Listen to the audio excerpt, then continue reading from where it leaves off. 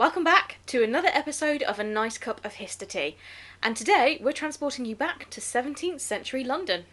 So much happened in these 100 years that as a history podcast we are kind of spoilt for choice. Could we talk about Guy Fawkes? Nope, we've done him. We did him. He was one of the first few episodes that we did. Back on the 5th of November. Way back when. Yeah, do you remember what it's called? 5th... Remember, what was the date again? Nice.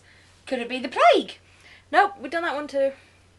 Yeah, we did that one January 2020. Yeah. Yeah, that didn't particularly age well. Yeah. Could it be the beheading of King Charles I in the whole Oliver Cromwell debacle? Nope, done him as well. Did the whole thing called A King by Any Other Name. So yeah, we've done it. We also have done Charles II. We have Party Anyone? But no, so we've done all of them, so we must be on the only thing that is left in 17th century London. Yep. Today we're delving into the events that destroyed 13,200 houses and 87 churches, that caused £10 million worth of damage back then. Which is 1.7 billion in today's money. Yep, and it sparked debates over whether it was an accident or whether it was deliberate. Yes, dear listeners, we're talking about the Great Fire of London. And our ridiculous death today teaches us that, as much as you may love it, dancing isn't the be-all and end-all. So, grab a brew, beer, or probably some water, and let's get historical. So, let's talk about London before the fire. Yeah, because the reason the fire was so bad, there was lots of reasons because of what London was like at the time. Yeah. So, the city was essentially medieval in its street plan. It was overcrowded warren of narrow, winding, cobbled alleys. It had experienced several major fires all before 1666. The most recent was in 1632. Buildings were made with wood and roofing with thatch that had... Technically, it had been prohibited for centuries, but these materials were so cheap that they continued to use them. The only major stone-built area was the wealthy centre of the city, where mansions of the merchants and brokers stood on spacious lots surrounded by an inner ring of overcrowded poorer parishes, whose every inch of building space was used to accommodate the rapidly growing population.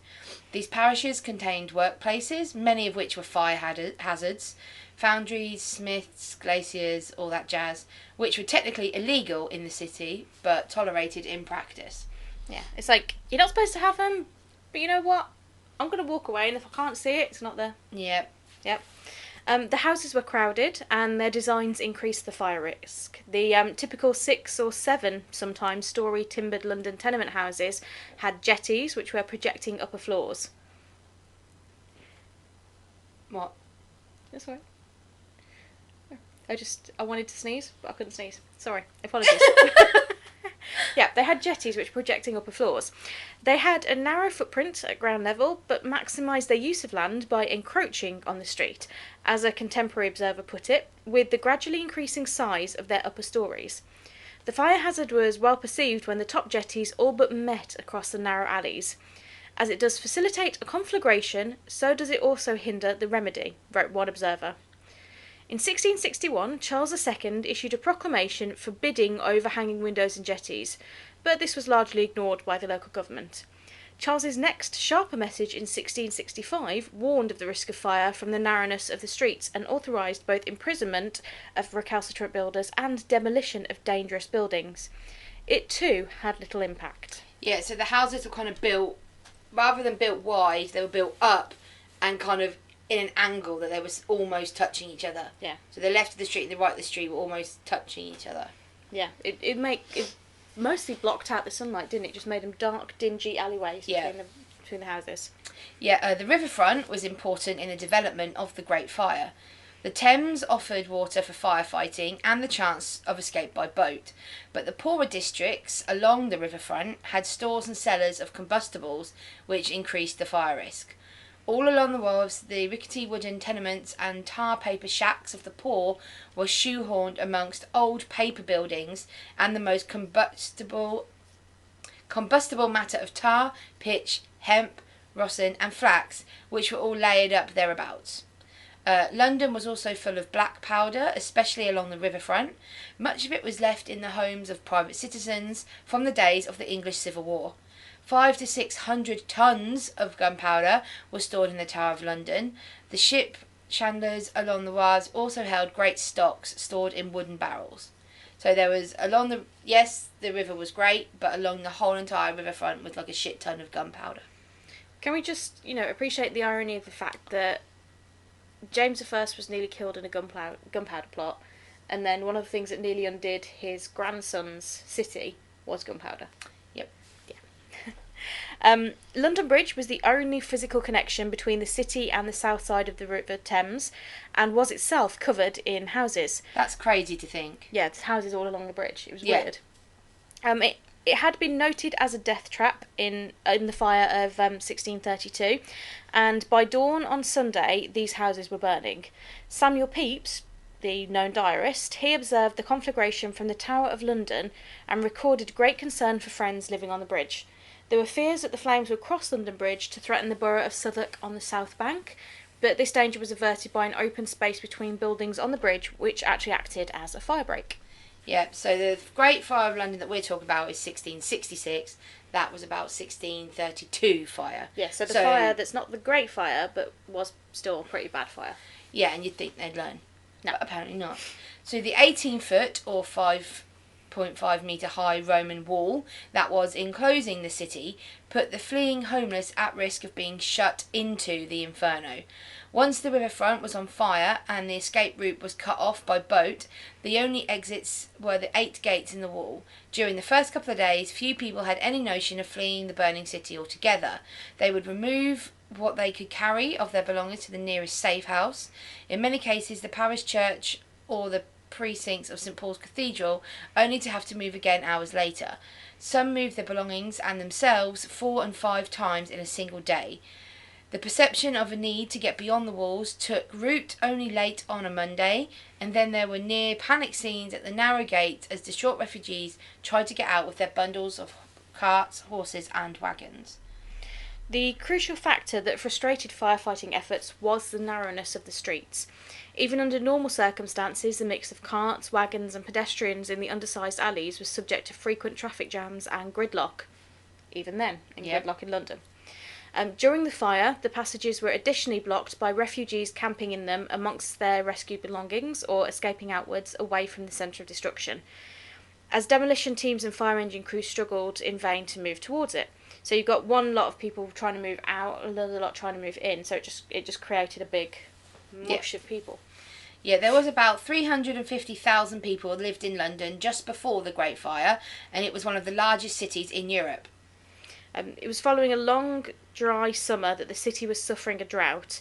Water was scarce, the wooden houses had dried out, which made them easier to burn, and it was frankly a recipe for disaster. Yep.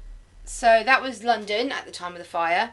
But now we're just going to talk a little bit about actual firefighting in the 1660s. Yeah, we're not talking like Neenor fire engines that we have nowadays. No. Saying that people were not aware of the dangers of fire, as they are today, is a vast understatement. Yeah, fires were common in the crowded wood-built city with its open fireplaces, candles, ovens and stores of combustibles.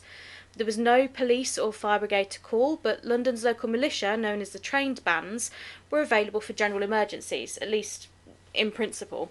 And watching for fire was one of the jobs of the watch. 1,000 watchmen or bellmen who patrolled the streets at night. So when you got all these old-fashioned things and you see someone walking around like the town crier with a bell going ding ding, it's 1 a.m. and all is well. It's one of them guys. Yep. Self-reliant community procedures were in place for dealing with fires, and they were usually effective. Public-spirited citizens would be alerted to a dangerous house fire by muffled peals on the church bells, and they would congregate hastily to fight the fire. So basically, you're relying on your local community to help you if your house is on fire. Wow. Different to today. Yeah. Yep. The methods available for this relied on demolition and water. By law, the tower of every parish church had to hold equipment for these efforts, so like long ladders, leather buckets, axes and fire hooks for pulling down buildings. Sometimes taller buildings were levelled quickly and effectively by means of controlled gunpowder explosions. The drastic method of creating fire breaks was increasingly used towards the end of the Great Fire, and modern historians believe that it was what finally won the struggle. Demolishing the houses downward of a dangerous fire was often an effective way of containing the destruction by means of firehooks or explosives. The time, however, demolition was fatally delayed for hours by the Lord Mayor's lack of leadership and failure to give the necessary orders. So basically, they pulled down houses to create a fire break. Yeah, so they blew houses up. Yeah, they blew houses up so that the fire then wouldn't have anywhere to spread, so it would be contained to this block. Yeah. Okay. So it kind of made sense. Yeah. It's like burning a patch of land. When there's a fire, you burn like a strip of land, so when the fire gets there, it's already consumed. It can't go any further. Yeah. Yeah. The use of water to extinguish the fire was also frustrated. In principle, water was available from a system of elm pipes, as in elm wood, which supplied 30,000 houses via a high water tower at Cornhill, filled from the river at high tide, and also via a reservoir of Hertfordshire spring water in Islington. It was often possible to open a pipe near a burning building and connect it to a hose spray on a fire or fill buckets. London possessed advanced firefighting technology in the form of fire engines, which had been used in earlier large-scale fires. However, unlike the useful firehooks, these large pumps had rarely proved flexible or functional enough to make much difference. Only some of them had wheels, others were mounted on wheelless sleds. They had to be brought a long way, tended to arrive too late, and had limited reach, with sprouts but with no delivery hoses. Yeah, there's I know we've referenced it before, but there is a funny sketch in Horrible Histories. Yeah. Where one of the people has a house fire, and this is from like a later period, and they're talking about how insurance. Yeah. But you see them running up, and one of them's got like a rickshaw kind of thing with fire engine on the back. Another one, you've got two people running along, and they're carrying a cart. Yeah. With like holding it between them, like pallbearers almost. But for this, yeah, that's what it was like. Basically, they didn't have a fire engine in the way that we understand today. It just had limited hoses, like bell pumps and things. Yeah. It's mostly just stuff on the back of on a cart. Yeah, basically. During the Great Fire, an unknown number of fire engines were either wheeled or dragged through the streets. Firefighters worked desperately to manoeuvre the engines to the river to fill their tanks, and several of the engines fell into the Thames. Oh dear. Yep. The heat from the flames was then too great for the remaining engines to get within a useful distance. So the ones that didn't fall into the river weren't even able to get close. No. So that was kind of the way in which fire was effectively-ish. It was a big problem. Yeah, they didn't think it was that big of a deal. They didn't really think people needed to worry about it. They didn't have specialist forces like we do now to focus on fires. But when it happened, there was always mass panic. Well, yeah. Yeah. So the fire itself. It started between 1 and 2 a.m. on Sunday the 2nd of September in 1666 in the King's Bakery in Pudding Lane near London Bridge. And as we said previously, fires were quite a common occurrence in those days and were quickly put out because you helped each other out in your communities. So much so that the Lord Mayor of London at the time, Sir Thomas Bloodworth, was woken up when he was told about the fire, and he said famously, "Psst, a woman might be able to piss that out." That aged well. Yeah, he didn't care. He was like, you know what, it's such a small fire, a woman will be able to deal with it. But fire spreads. Yeah. And as we said before, there was a drought there. It was so dry, the houses were basically kindling. Yeah. So the fire soon took hold. 300 houses quickly collapsed, and the strong east wind spread the flames further, jumping from house to house. The fire swept through the warren of streets lined with houses, the upper stories of which almost touched across the narrow winding lanes. Efforts to bring the fire under control by using buckets quickly failed, and panic began to spread throughout the city. Yep, absolute chaos reigned, as you just said, panic, mass panic, as often happened today as thousands of sightseers from the villages came to view the disaster. Samuel Pepys and John Evelyn, who were diarists at the time, both gave dramatic first-hand accounts of the next few days. Samuel Pepys was a clerk of the Privy Seal, so he was quite high up with the king. And, he wrote down a diary entry of every second of what happened in the fires. And he's probably most famous for that. We know Samuel Pepys because of his diary about the Great Fire. Pepys ascended the Tower of London on Sunday morning to view the fire from a turret. Get to a high vantage point, see what you can. Yeah. He recorded in his diary that the eastern gale had turned it into a conflagration. So a fire is a fire, but a conflagration is massive fire. It had burned down several churches and, he estimated, 300 houses and reached the riverfront. The houses on London Bridge were burning. He took a boat to inspect the destruction around Pudding Lane at close range and describes a lamentable fire. These are his words: "Everybody endeavouring to remove their goods and flinging into the river or bringing them into lighters that lay off. Poor people staying in their houses as long as till the very fire touched them, and then running into boats or clambering from one pair of stairs by the waterside to another." Pepys continued westwards on the river to the court at Whitehall, where people come about me, and did give them an account, dismayed them all. And the word was carried unto the king. So I was called for, and did tell the king and Duke of York what I saw, and that unless his majesty did command houses to be pulled down, nothing could stop the fire.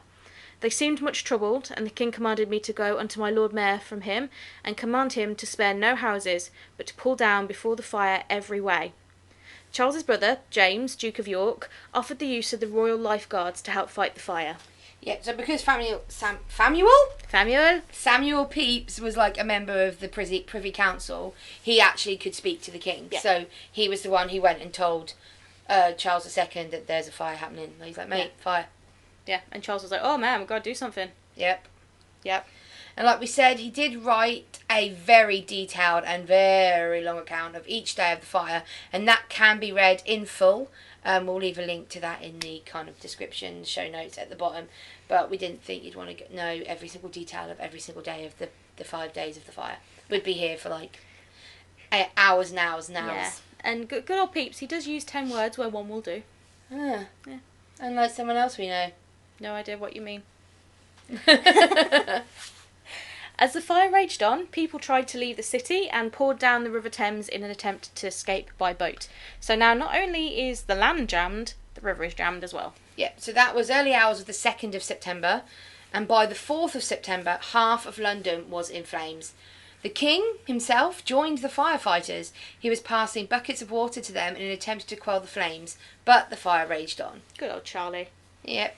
As a last resort, gunpowder was used to blow up houses that lay in the path of the fire, and so created an even bigger firebreak. But the sound of explosions started rumours that a French invasion was taking place, so even more panic, because that would be helpful. Yeah. As refugees poured out onto the city, St. Paul's Cathedral was caught in the flames. The acres of lead on the roof melted and poured down onto the street like a river, and the great cathedral collapsed. Luckily, the Tower of London, however, escaped the inferno. But can you imagine if you didn't get killed by flames, some of that melted Burning lead fell on you? And how hot those flames must be to melt the lead. Yep. Jeez. Horrendous. Horrendous. Just so you know, that's not the Tower of London, that's not the St. Paul's as we see it now. Yeah. That's the reason it's not the St. Paul's as we see it now. The wind dropped on the Tuesday evening, and the fire breaks created by the garrison finally began to take effect on Wednesday the 5th of September. Pepys climbed the steeple of Barking Church, from which he viewed the destroyed city, and said, "The saddest sight of desolation that I ever saw." There were many separate fires still burning themselves out, but the great fire itself was over. The following Sunday, rain fell over the city, extinguishing the fire. However, it took some time until the last traces were put out. Coal was still burning in cellars 2 months later. Insane. Yeah. So it started on the 2nd, wind dropped on the 4th, and by the 5th, it had finally started to take the flames had started to die down. And then the gods thought, you know what? You guys need a hand. Yeah, but still, we didn't send rain until the Sunday. This was the Wednesday. So they still had to wait until the Sunday, but I bet they were so glad when it started raining. Yeah. Cool. Pepys visited Moorfields, which was a large public park immediately north of the city, and saw a great encampment of homeless refugees, saying poor wretches carrying their goods there, and everybody keeping their goods together by themselves. He noted that the price of bread had doubled in the surroundings of the park. Evelyn, who was the other diarist, also went out to Moorfields, which was turning into the main point of assembly for the homeless, and was horrified at the numbers of distressed people that were filling it, some under tents, others in makeshift shacks, saying many were without a rag or any necessary utensils, bed or board, reduced to extremest misery and poverty. So thousands of people had been displaced. Either their homes had been burnt down, pulled down, blown up. They couldn't. They just had nowhere to go. They had whatever few belongings they had, and basically their lives were destroyed. Mhm. And they were camped there. And it's one of those things where it's like, so many things happened. Same as like the Titanic. So many things happened in the lead up to it that made it the perfect situation for disaster. Yeah. That it's like, what if it hadn't been a drought? What if that wind hadn't picked up? What if the rain hadn't come? Yeah. Yeah. All of that. But that was the fire. It was horrendous. But the aftermath of it was like, people did try and put some sort of positive light on it. I'd like to think that Charles was just like, I did tell you twice. I told you. And you ignored me. Yeah. Only 1/5 of London was left standing after this fire. Virtually all the civic buildings had been destroyed, as well as 13,000 private dwellings. But amazingly, luckily, apparently only 6 people had died. But that's just 6 people that have been noted to die. Yeah, that's not considering the already homeless, the beggars, the ones that hadn't been found. Mm-hmm.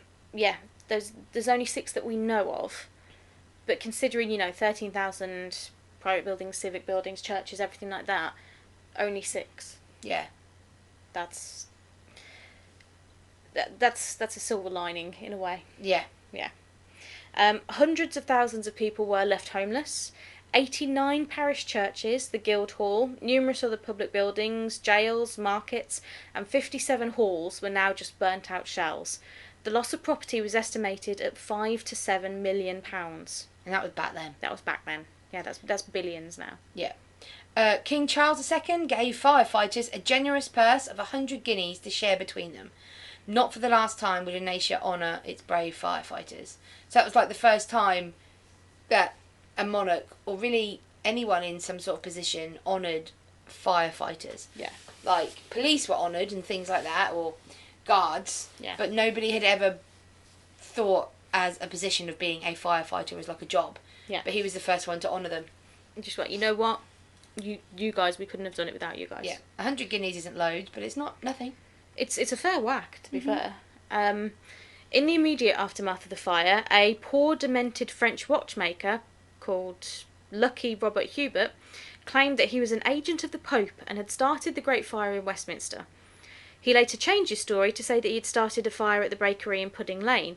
Hubert was convicted, despite some misgivings about his fitness to plead, and hanged at Tyburn on the 28th of September 1666. Sorry, numerical dyslexia. I do apologise. 3 weeks later. Yeah. 2 weeks later. After his death, it became apparent that he had actually been on board a ship in the North Sea and had not arrived in London until 2 days after the fire started.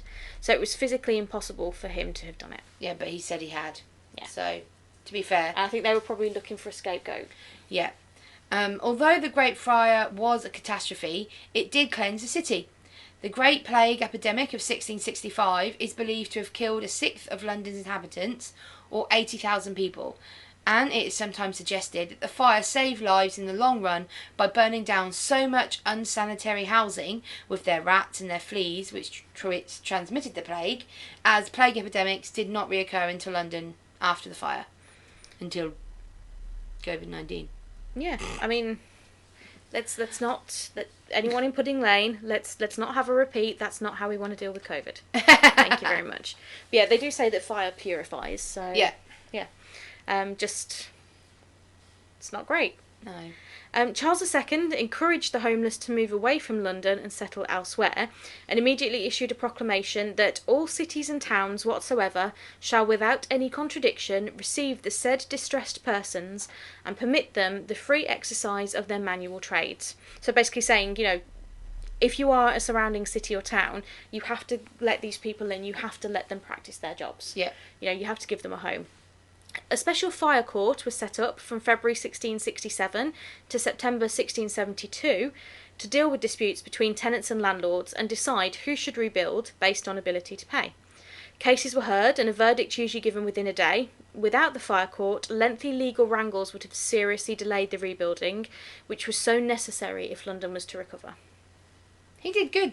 Yeah. I think he did good. He was practical. He was practical and, pardon the pun considering who his father was, level-headed. Yep. Yeah. So Christopher Wren was given the task of rebuilding London, and his masterpiece, St Paul's Cathedral, was started in 1675 and completed in 1711.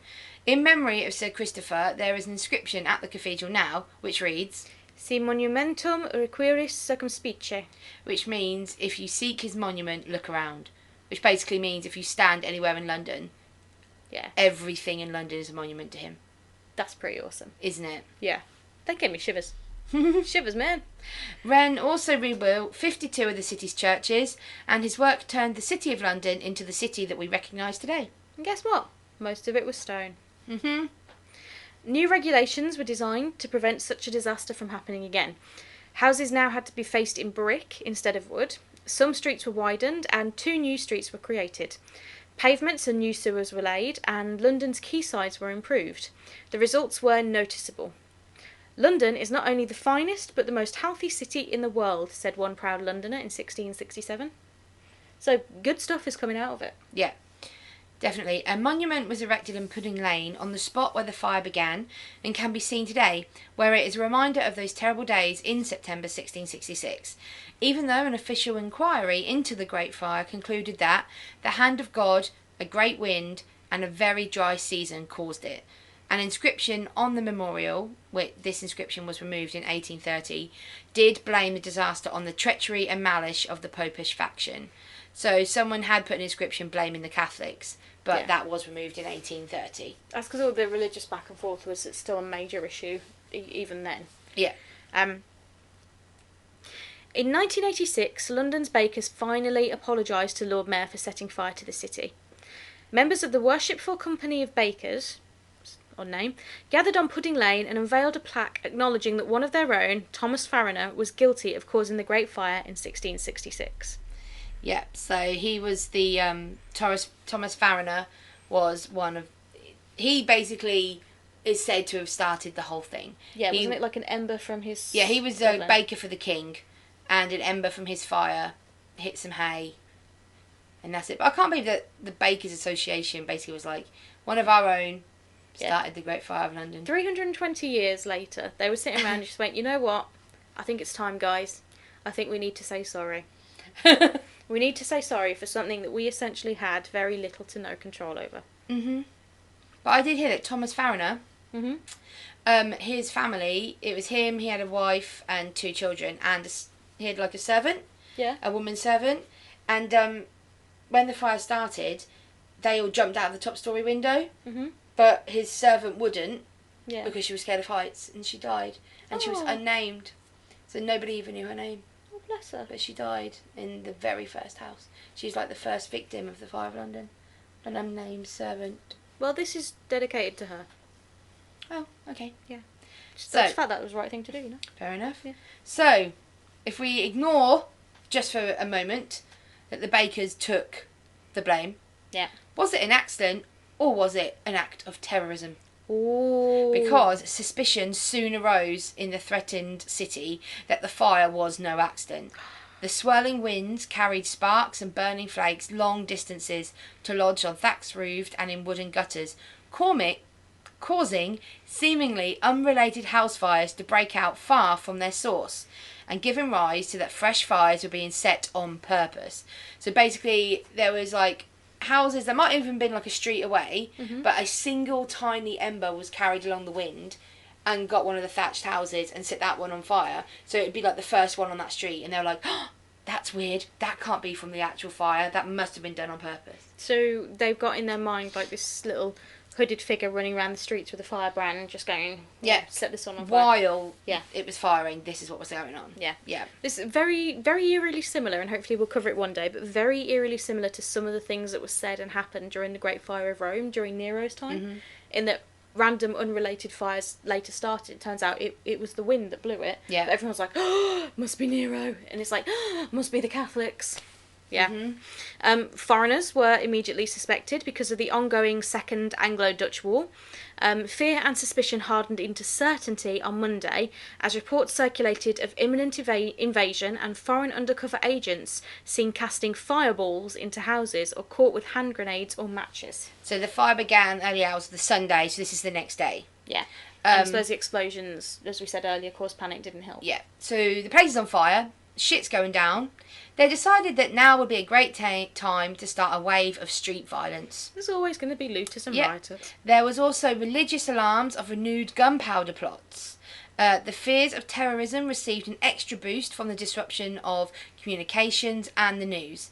The General Letter Office in the Threadneedle Street, through which post passed for the entire country, was burnt down on the Monday morning. So nobody knew anything, and people who had family in London in far reaches had no idea what was going on until after it had happened. Mm-hmm.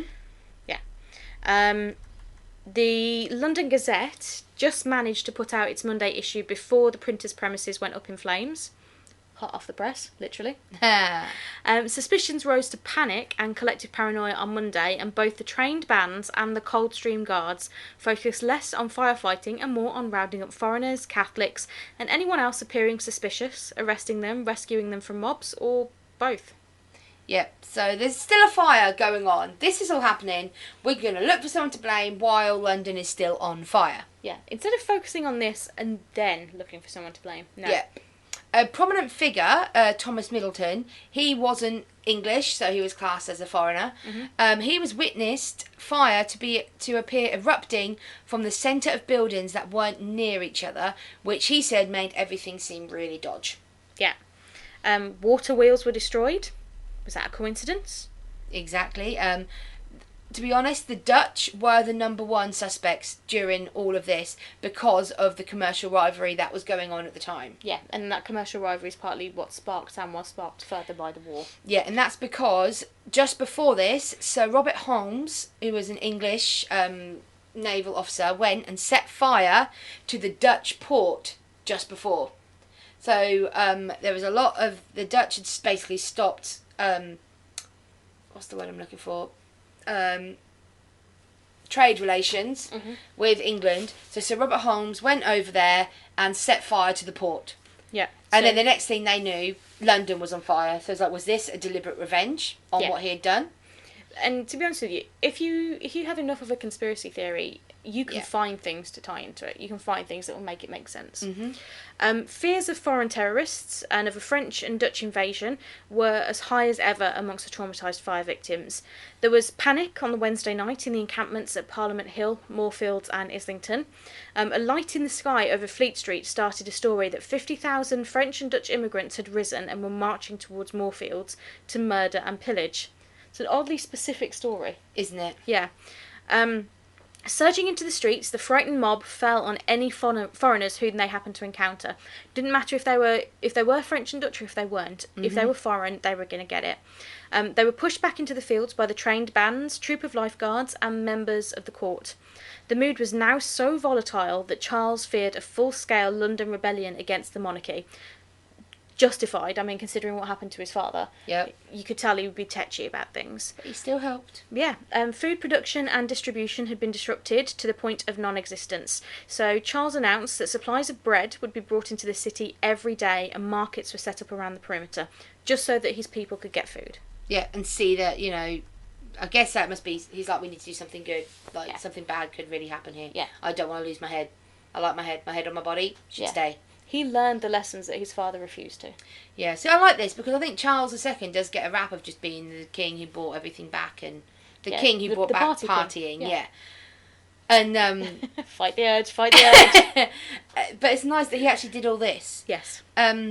Before the flames were out, so it was still firing, a Dutch baker named Cornelius Lingveld, he had lived in London for over a decade. He'd married a Londoner, he had 5 children, but he was dragged from his bakery by an angry mob, and then they tore the bakery apart, beat him to a pulp, and luckily he was saved by a passerby who took him to a cell for his own safety. Yeah. So he'd been beaten the shit out of, and the passerby was like, right, let's go and put you in this prison for now. You're not arrested, but people are going to come for you, so we'll put you in here For your own safety. It's like, you can't get out, but people can't get in. You are safe in the cell.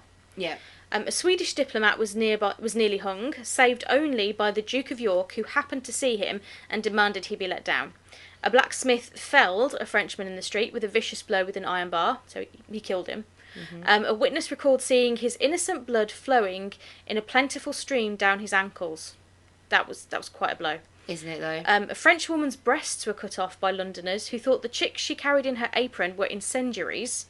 Another Frenchman was nearly dismembered by a mob that thought he was carrying a chest of bombs. The bombs turned out to be tennis balls. Yeah. So this is hysteria. Yep. They then turned on French Monsieur Bolland. He was a firework maker for the king. And obviously, if he was the king, he liked to party, fireworks, loads of them over, you know. Yeah. So this guy made fireworks for the king, and he really needed some pasteboard because it was one of the main ingredients to make fireworks, and he was getting really annoyed that this was going to be delayed. So people thought, he was so annoyed and he couldn't delay these fireworks, had to be on this specific night. That's because he wasn't using them to make fireworks. So people then turned on him. Yeah. As well. Allegations also arose that Catholics had started the fire and were exploited as powerful political propaganda by opponents of pro-Catholic Charles II's court, mostly during the Popish plot and the exclusion crisis later in his reign. Abroad in the Netherlands, the Great Fire of London was seen as a divine retribution for Holmes's bonfire, the burning by the English of a Dutch town during the Second Anglo-Dutch War. So they also thought, we thought they did it, they thought God did it. Yeah. Yeah. So, what do you think? Accident by the baker, or do you think... I think it was an accident. I do think it was an accident. But I think that the place was a metaphorical as well as a literal powder keg. Yeah. And there was just a lot of tensions. And then this moment of fear, panic, stress just added to it. And before you know it, you've got riots, senseless murder, xenophobia at its worst, you know. Yeah. And mobs. Yes, London came through it, and the city regenerated, and the city grew and improved, as she always does. Throughout history, no matter what happens, London always comes back. Yeah. But this kind of thing, it brought out the best in some people, like Charles, like the Duke of York, like the people that helped, the firefighters. It also, unfortunately, as disasters have shown us, brought out the worst in some people as well. Yeah. Definitely. Yeah. It was horrible. London learnt from it, like you said, but I really hope that it didn't have to have all of the murder. Yeah. And the, like you said, xenophobia and... Although, considering recent fires that will not be mentioned by name, how much has London actually learnt from it? When you just go for the quicker, cheaper materials just to get it built. Fact. But, yeah, it was a terrible disaster. However, it did lead to a lot of improvements and plague. Goodness. Yeah. I forgot the word I was going to use, but you know what? I'm going for it. It got rid of the plague-ridden streets. Yes. Yeah. Which was good. And it kind of showed... If you forget the horrible side of it for a moment, it kind of shows how people work together. Yeah. And, when everyone was then on, the fields, in shacks, in tents, and they all helped each other, they got bread, it just shows adversity and how people get through it together. Yeah. But just imagine being that person, on that one night, you've got a flaming house in front of you, and you're just passing a leather bucket of water, and you just grab it and you turn, and there's someone standing next to you, and you don't really pay attention, but you pass the bucket to them. And the next time you look up and you realise it's the king, and you're like, okay, cool, this is happening. Here you go, sir. Thank you. Next bucket. Yeah. It's like, okay.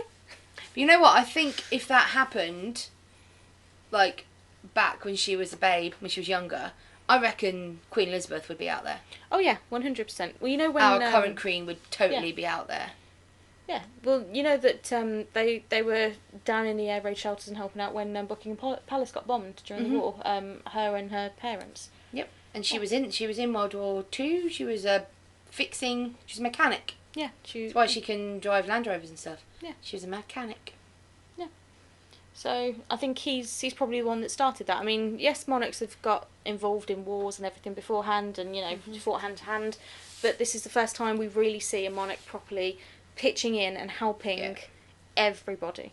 and then recognising the people Yeah. who put their lives in more danger than the others. Yeah. Not that that's a good thing, but like when you got firefighters that literally run into burning buildings. Yeah. He basically recognised that and was like, you deserve something. Yeah. So you guys went above and beyond, so here you go. Yeah, definitely. Yeah. So if you like hearing about other people that go against adversity and they work together and are just basically the good people, then we've got some friends over at Culturally Speaking who have a podcast that you might enjoy.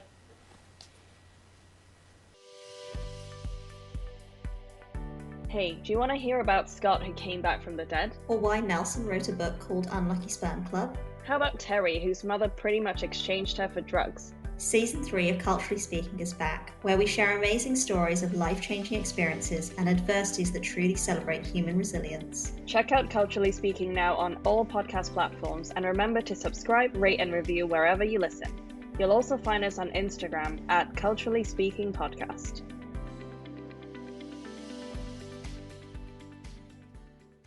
So, welcome back to A Nice Cup of Histortea. And that was our episode on the Great Fire of London.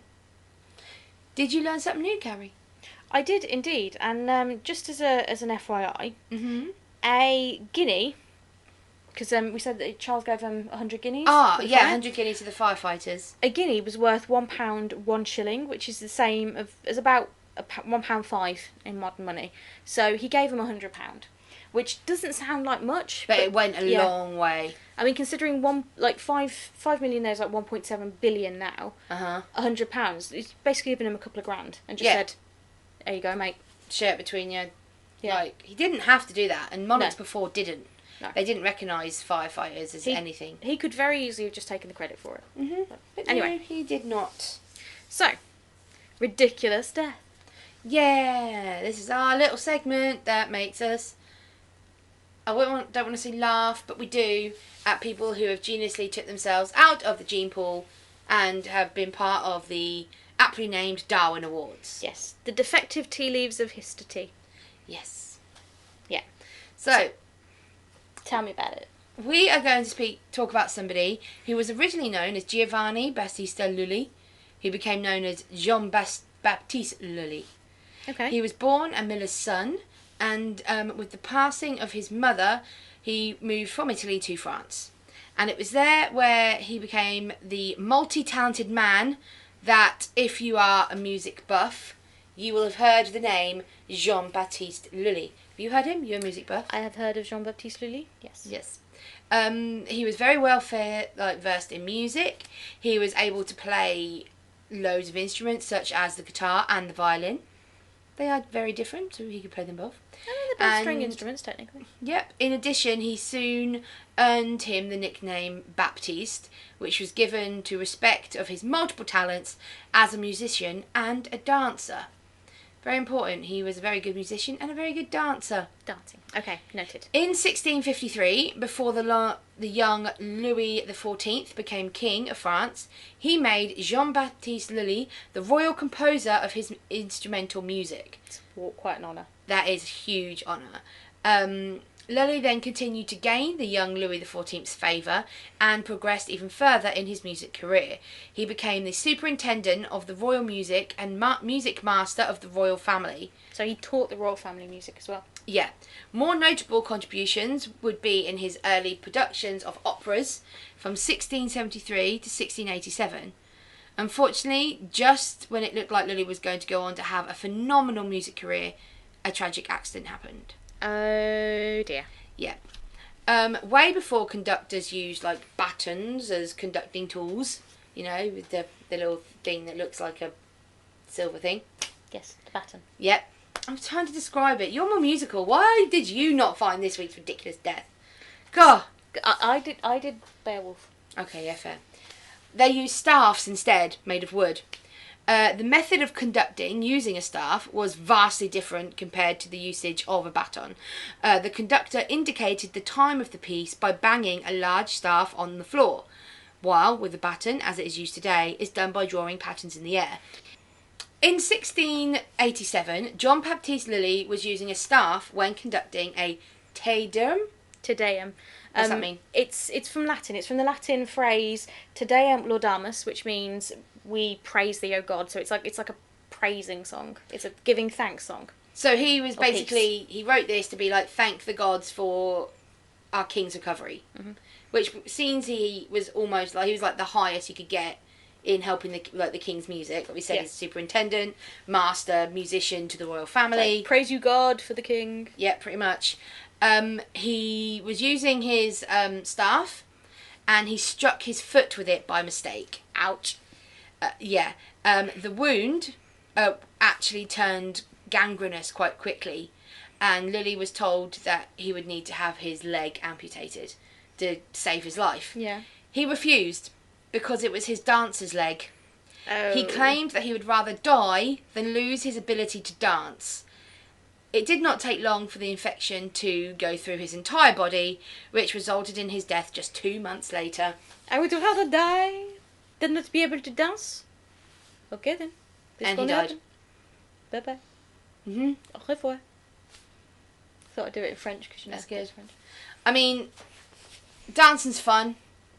I did it professionally for 18 years. She's very good. I Great was. legs. I was. Hey, you are very good. You're better than me. I mean, I'm like an epileptic spider. Well, to be fair, my parents paid a lot of money for my dance career. I should be able to keep rhythm. There you go. You dance, I play the music. That's fine. There we go.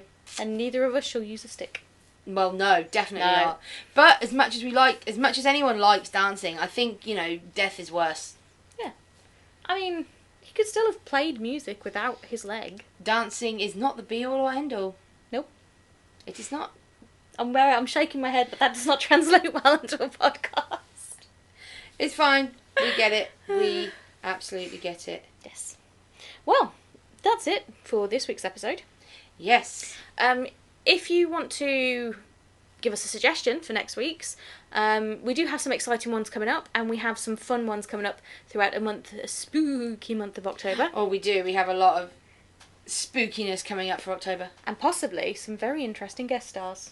Oh, yeah. We have our very first collaboration coming up with our friends over at the Manic podcast. 2 N's, very important. Yes, definitely. So you don't want to miss that one. That is going to be so fun.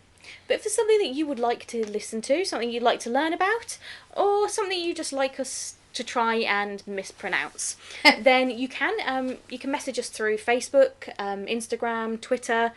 All of our handles are Cup of Histortea. Or you can email us, which is cupofhistortea@outlook.com. Yep, we want to hear from you. And in the meantime, thanks for listening. Take care. Bye.